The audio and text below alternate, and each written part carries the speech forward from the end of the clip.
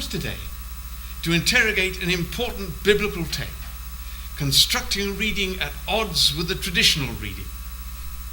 My method will involve a literary comparison between the Eden story in Genesis 2 and 3 and a number of folk or fairy tales in order to expose a pattern, a set of characters and shape of events that these stories share.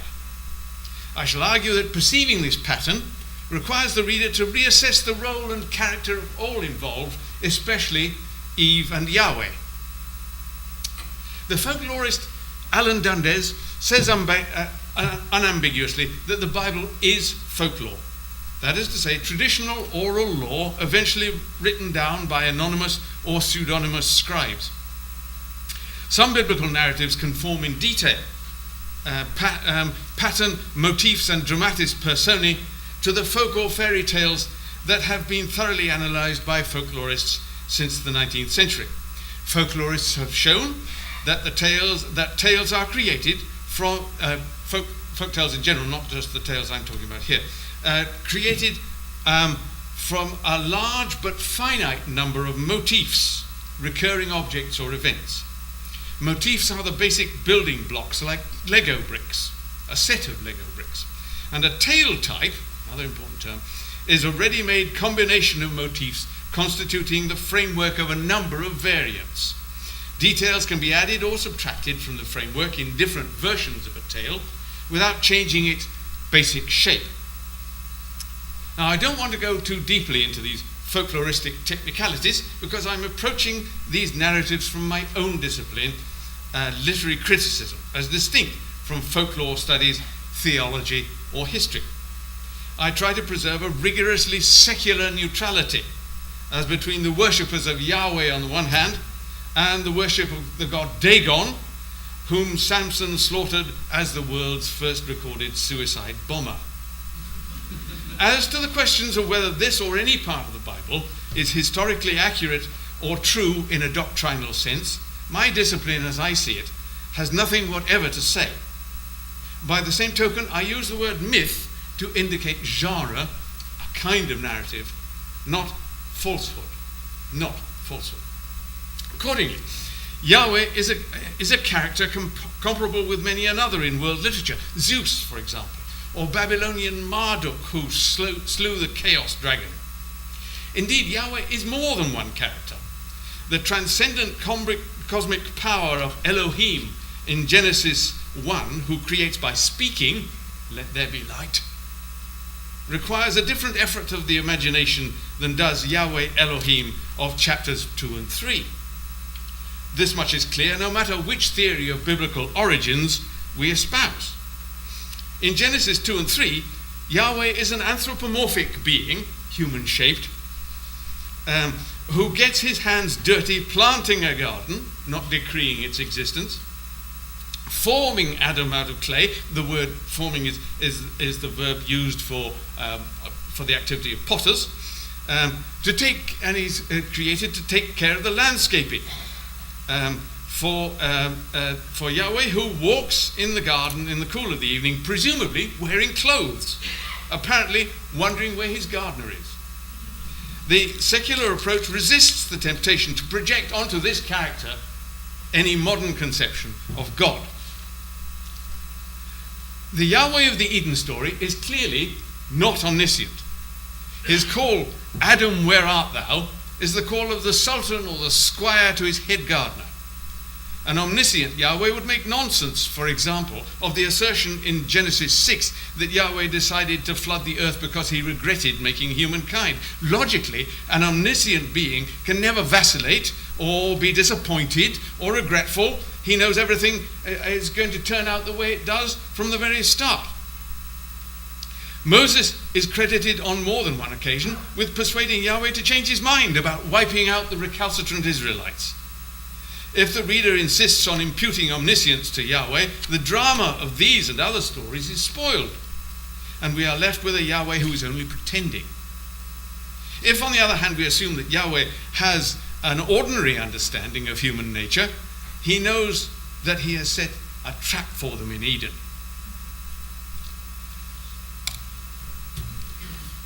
Right. The one thing that is forbidden, or taboo, is a very widespread folktale motif. One of the most familiar instances is the tale of Bluebeard, from Perrault's collection of 1697. A young woman is demanded in marriage by a strange and imposing suitor, an older man with an odd blue beard. She is not smitten, but after she sees his palatial mansion, his beard doesn't seem so very blue after all. Installed then, with her consent in this fairy tale paradise, she is given the keys and told she may enter every room except one. The reader knows at once that she's going to disobey. That's what always happens in narratives involving the one forbidden thing. Without the violation, there is no narrative. She enters the forbidden room and sees the corpses of his previous wives arranged around the walls. Bluebeard sees blood on the key and pronounces sentence, but before he can carry it out, his wife is rescued by her brothers. This is a celebrated but unsatisfactory tale. There's an interesting villain, but no hero. The bride is presented as a wimp whose feminine curiosity causes her to disobey her husband's express instruction. The brothers are not heroes, as they are never in danger themselves. Nevertheless, we see the Eden pattern repeated. A young woman is placed in a luxurious dwelling. She is forbidden by the patriarchal proprietor to perform an act whose very prohibition piques her curiosity. She performs the forbidden act despite his threats of dire consequences. Like Eve, she must know that which it is forbidden to know. Why, apart from the exigencies of narrative, can't she be content and obedient? Perrault's tongue-in-cheek moralité deprecates women's curiosité, but he adds that the modern husband is not so terrible as to demand the impossible. Ridiculously easy language, French is. Bluebeard, however, is a serial killer. He demands that his nameless wife restrain her curiosity because he knows that it is impossible. Like many an abusive husband, he demands the impossible to give him an excuse to punish her. The prohibition is not a test, but a trap that works every time, as his room full of corpses attests. It may seem as though I'm casting Yahweh as the villain of the Eden story, and he certainly does fulfill the same narrative function as Bluebeard in a tale constructed on the same pattern. The traditional reading of the Eden story relies on the reader's belief that Yahweh can do no wrong. Indeed, that the good and the right is defined as whatever Yahweh wants, even when it conflicts with what is considered moral behavior. The secular approach, however, can make no such concessions. Fitchersburg. Okay. Folktales being what they are, Bluebeard is by no means the only treatment of the theme or iteration of the tale type. The Grimm's collection includes a tale that appears to me far more satisfying. Fitchersburg, that's the name of the story, involves not one but three young sisters who are each taken by the Bluebeard figure, not consensually married but magically kidnapped in turn. Each in turn is installed in his palatial mansion in a dark forest, and each is expressly forbidden to open a door for which she is given the key. Each is led by her curiosity into the bloody chamber. As well as a key, Fitcher has given each of them an egg, which he says they must carry about with them. Confronted with horror, they drop the egg into a great bloody basin, full of body parts. And though they scrub and scrub before Fitcher gets home, they can't get the stain off. Naturally, he chops them into pieces. Or at least he chops the first two. The third, who is clever and wily, puts the egg away. Sorry about this silly gesture, but I can't think of any neater way of doing it. Puts the egg away carefully, and then opens the forbidden door. She bravely fishes her sister's parts out of the basin and arranges them in order on the floor. The parts join up, the dead sisters come to life, and the third sister hides them. Or at least he chops the first two. The third, who is clever and wily, I missed that bit. Okay, I've already read that bit. All right. I need a new prescription. Anyway. Maybe I'll be able to afford one when I actually get paid by the university. When Fitcher comes home, her disobedience is undetectable. You've passed my test, he said. You shall be my bride. He now had no more power over her and had to do whatever she demanded. These richly comic lines reveal the wizard's motives. He is a control freak who thought he had solved the ancient male dilemma. Can't live with him, can't live without him. His solution is like that of the Sultan Shahryar, husband of the consummately wily Sherazade, narrator of the 1001 Nights. Fitcher embodies the fear of commitment. Get engaged and you can never again call your soul your own. Fitcher, well, it's true, isn't it? Fitcher fears losing control. Shahryar fears sexual betrayal. And what does Yahweh fear? Well, the incomplete sentence at the end of Genesis 3 reveals the answer. Behold, says Yahweh, the man has become like one of us, knowing good and evil. And now, lest he put forth his hand and take also of the tree of life and eat and live forever. The sentence is not finished. ... You imagine, getting up from his chair. Yahweh's concern is that Adam and Eve, having gained full consciousness of a kind hitherto possessed only by the gods, us, might take another step and gain immortality, thereby becoming not merely godlike, but gods. It is noteworthy that Yahweh does not point out or forbid access to the tree of life. The ancient gods guarded nothing so jealously as the immortality that distinguished the members of their exclusive club.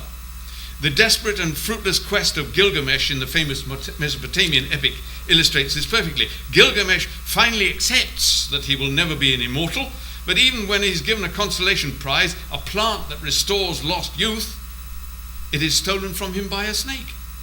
As a result, the snake, though not immortal, is able to restore its own youth by shedding its skin. The presence of a talking snake is an important difference between Eden's story and Fitcher's bird. We can dismiss any notion of the snakes being the devil in disguise. Nothing in the text supports it. The snake is the subtlest, the wiliest, the most cunning of all the animals. And the folklorists recognize him as an archetypal trickster. This trickster is posing as a different archetypal character, the wise counselor, the being, often an animal, who points the hero in the way he or she has to go. He urges Eve to go for the fruit. Eve goes for it. The rest is history, or something. But what is his motivation?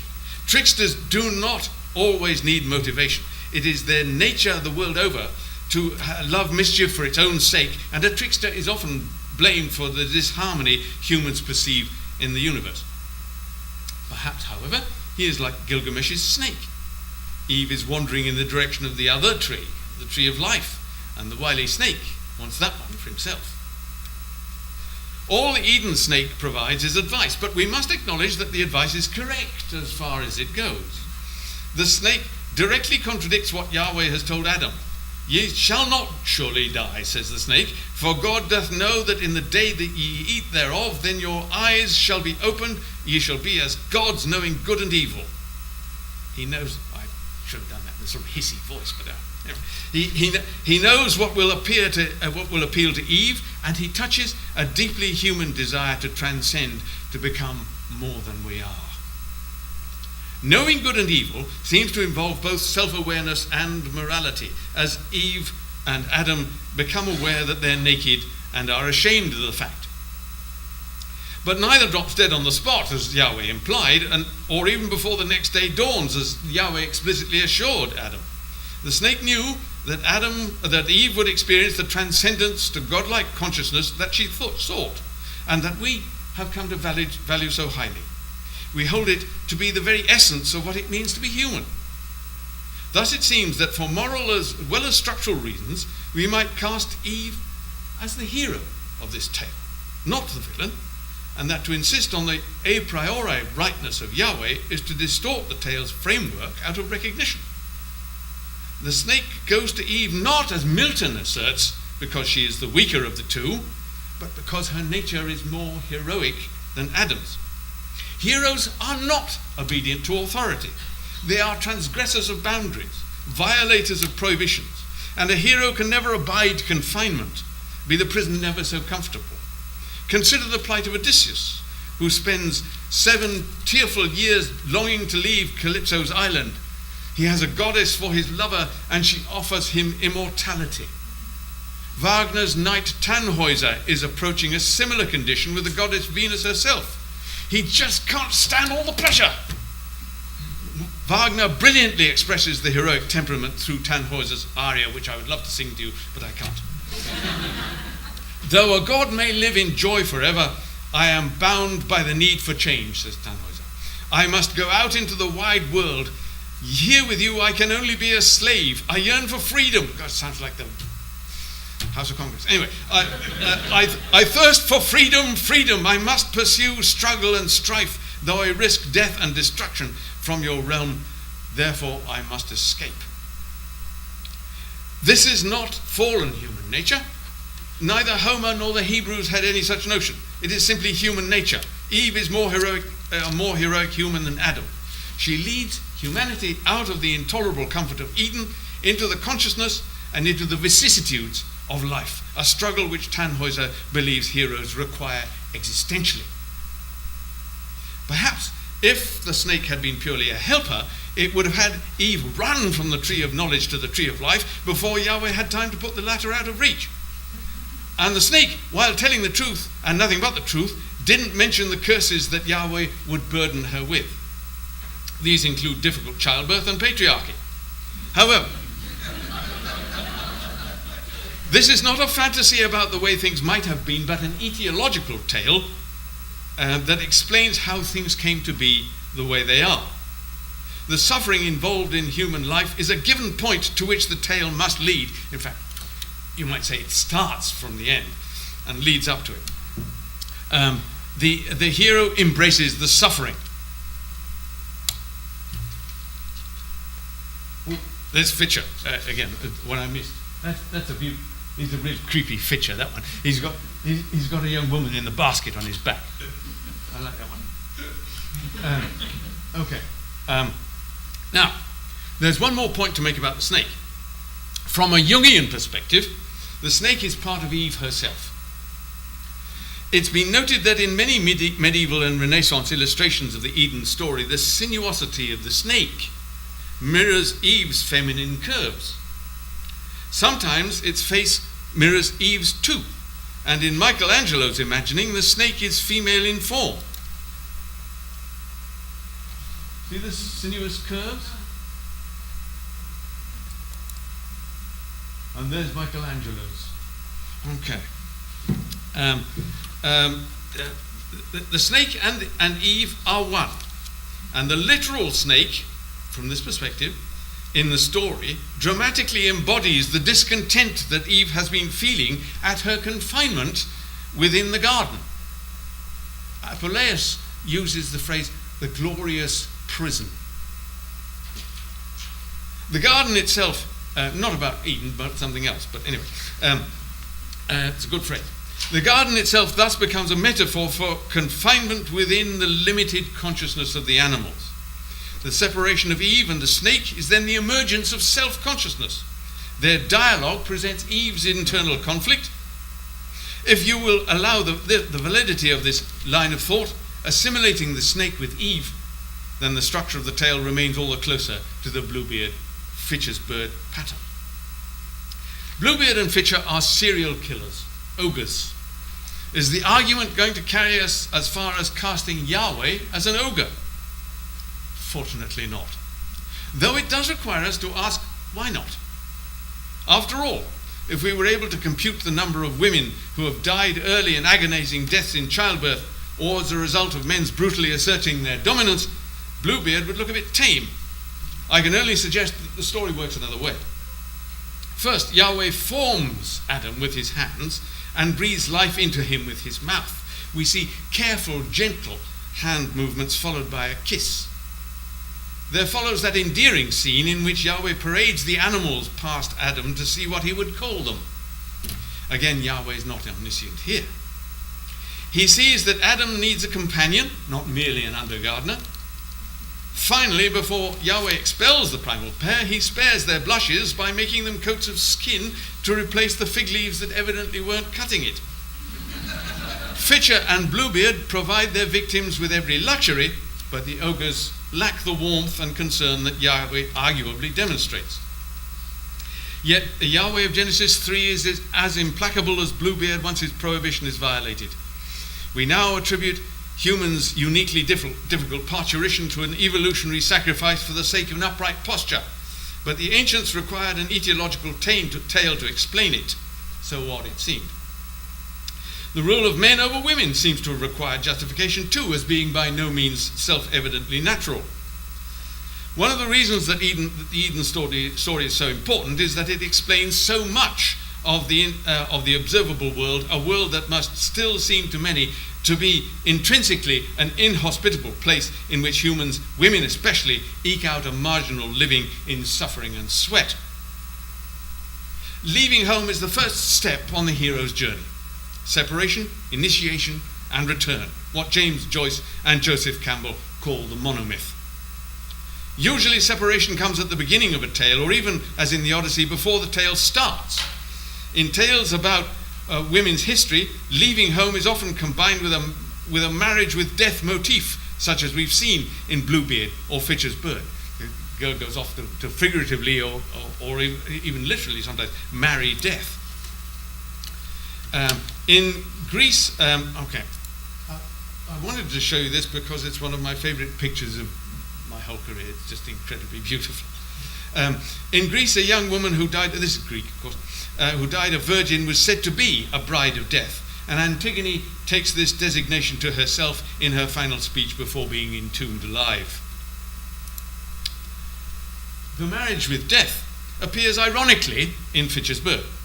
The third kidnapped young woman, having sent her sisters home hidden in a basket carried by Fitcher himself, dresses up a skull with a bridal headdress and sets it in the window to make Fitcher believe that she is still in the house.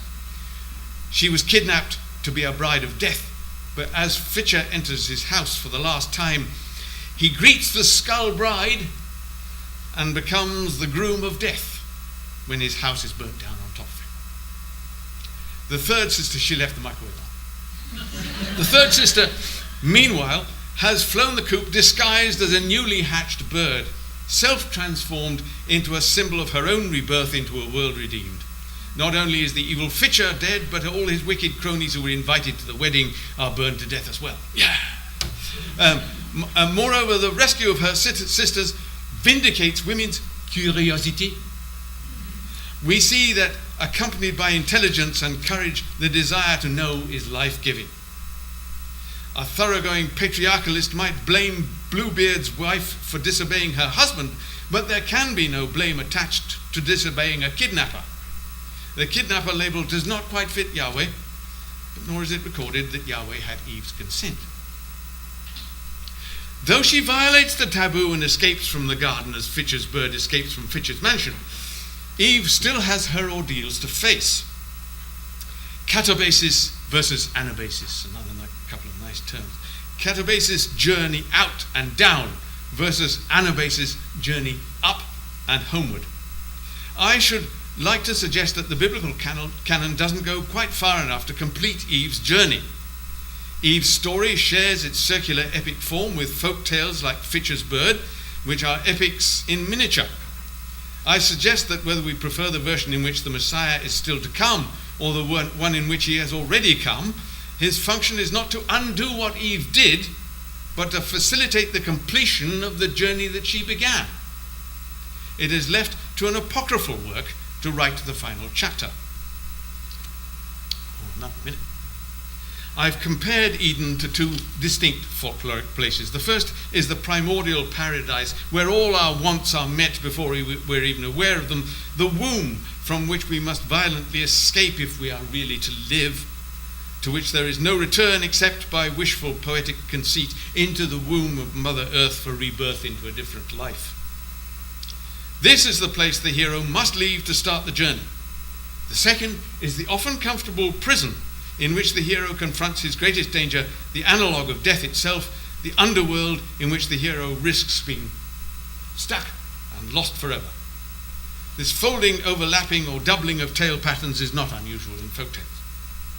In Fitch's Bird, the hero escapes the deadly false paradise in the dark forest, and her anabasis returns to a world redeemed.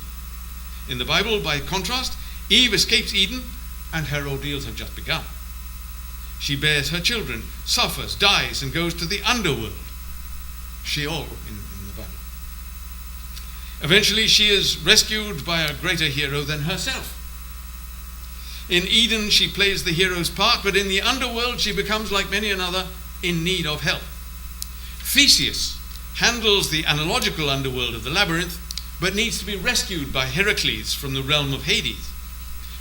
Dante needs Virgil to get him out of the Inferno. Apuleius' Psyche, bride of death, violator of the prohibition against looking at her lover, in arduous quest for her lost Cupid, succumbs to the underworld in the last of her ordeals. As the prophetess who guides him warns Aeneas, the way to the underworld is easy, the doors stand open night and day, but to retrace one's steps and escape into the open air, that is the task, there is the toil.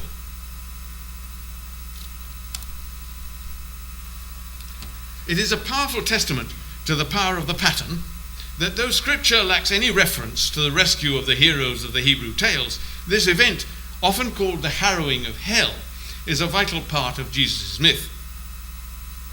It originates in the apocryphal Gospel of Nicodemus, a work of early but uncertain origin in the 3rd or 4th centuries CE.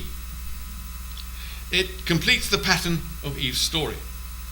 To be sure, Nicodemus mentions only Adam, when at the climax of his dramatic account, Jesus, quote, took hold of Adam by his right hand and ascended from hell, and all the saints of God followed him. But 1,000 years of patriarchy had heaped over the Eden story before the Gospel of Nicodemus was written, and the many illustrators of this scene include Eve. You can see her up there. There she is, second in line.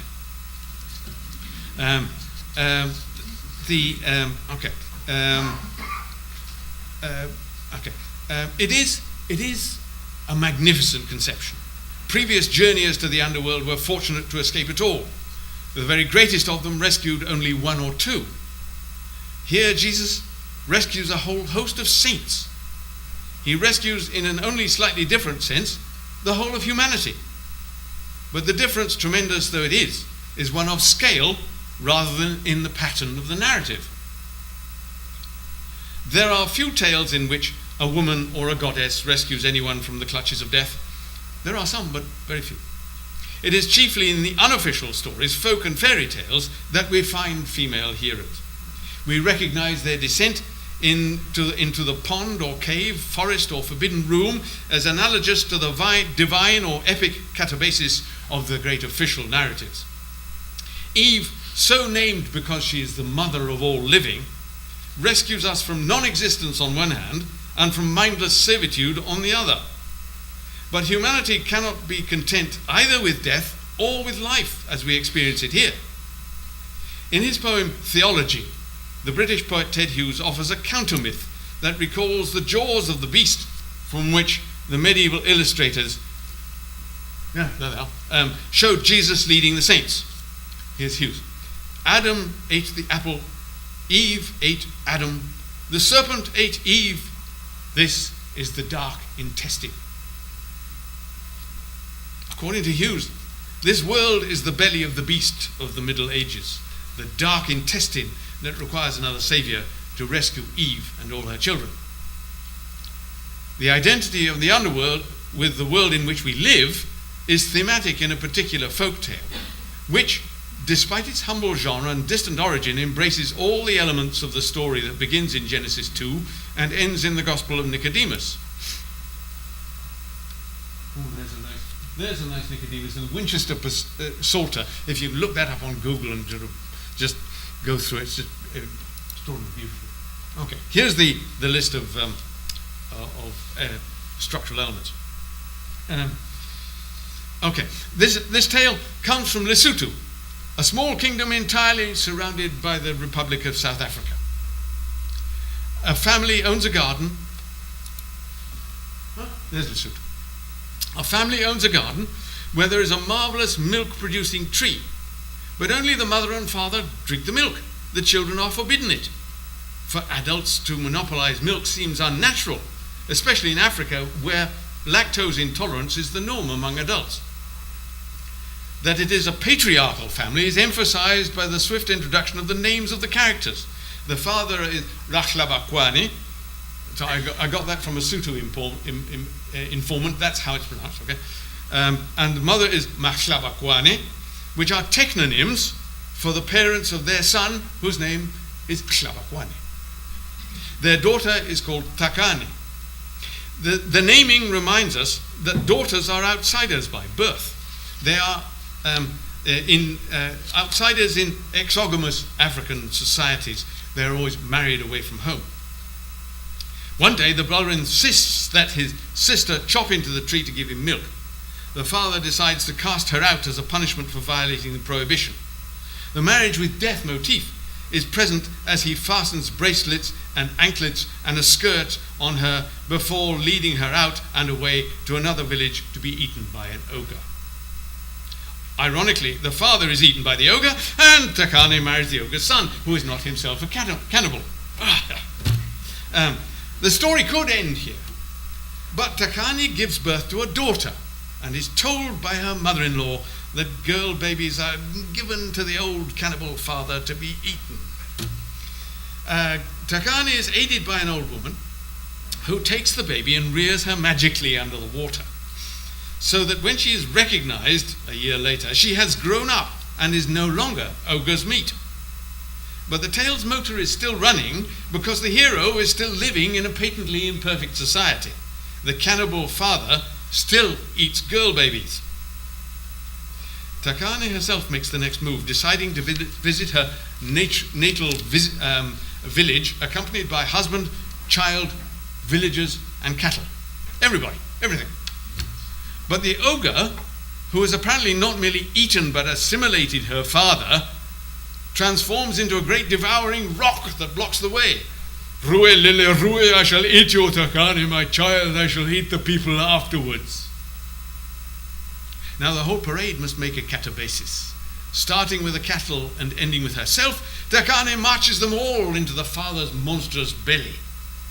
They join numerous others, some of whom have died and are now rotting. Takane has, like Eve, placed her people in peril. This is the dark intestine. But there's a young man in there plying an axe to make a hole in the belly.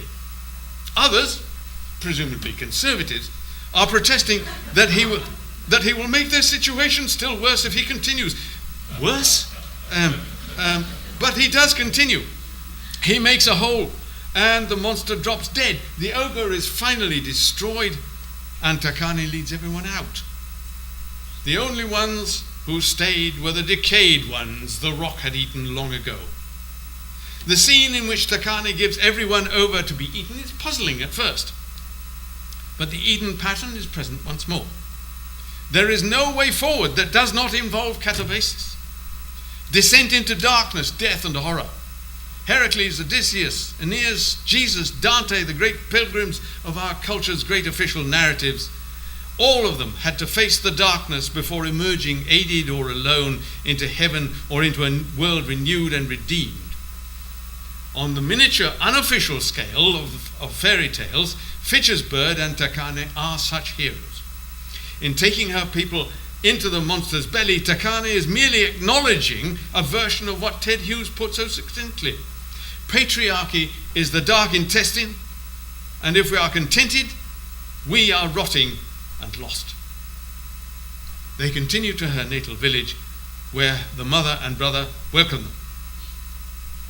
The young man with the axe, you may have observed, fulfills the same function as Jesus in the Gospel of Nicodemus, releasing the people from prison, opening the way forward and out into a better world. But whereas Takane's young man is simply dropped from the story once his task is done, we just never hear of him again. In Nicodemus, Jesus is Christ the victor, Christus Victor, who conquers evil and brings about atonement with the Father. And he has completely taken over the hero's role. O fortunate fault that earned so great a redeemer, as even St. Thomas Aquinas and St. Ambrose agree. Of course, the paradise to which Jesus leads is still a patriarchy, and the ultimate good is reconciliation with the ultimate Father. Nicodemus' narrative doesn't have the subversive implications of the tale from Lesotho. There is atonement with the Father on the one hand, and abolition of the Father on the other. The Eden story has been plastered and painted over for thousands of years by editors and commentators, but I hope I have shown by this comparison of Eve with a few of her daughters that the tale bears a different interpretation. With the end of Genesis 3, the Eden story merges with the story of humanity. Eve twice takes us for one dystopia into another, from Eden to the world, from the world to the underworld, figured as the belly of the beast. Takani takes us from home to the ogre's village, then again from the ogre's village into the belly of the father. Takani's sojourn in the final dystopia is very brief, but Eve remains in an ellipsis of millennia before the Saviour breaks her out. The difference is in the punctuation. It seems a pity that Nicodemus did not have Jesus take Eve by the hand to lead the Anabasis procession with her. The analysis has affirmed that Eve had a raw deal. I hope you are convinced. And I hope the comparison with folk tales has helped clarify the mechanics of the way this raw deal was administered. I suggest that to discern this particular variant pattern of the hero's journey, the monomyth, helps us identify the heroic nature of Eve. Together, Eve and Jesus bring about a satisfying conclusion to what Eve alone had begun. We see also how a folktale pattern exerts its power so effectively that it transcends its genre and merges with the controlling myth of a large portion of the population of the world who hope to follow in her footsteps, perhaps even taking a route that avoids the underworld altogether. Like Psyche and like many a folktale hero, Eve's fault and her ordeals have made possible the happy ending. Psyche, whose name means both breath and soul, suffers greatly in her search for the god of love, but is finally rescued from the underworld by the one she sought, Cupid. Cupid takes her to Olympus to be his bride and presents her to Father Zeus, who grants her immortality. Like Psyche's, Eve's anabasis is a transcendence. Attaining atonement, oneness with the Father, Eve becomes what she had sought, but which Yahweh at first would not countenance. Like Psyche, Eve at last becomes one of us.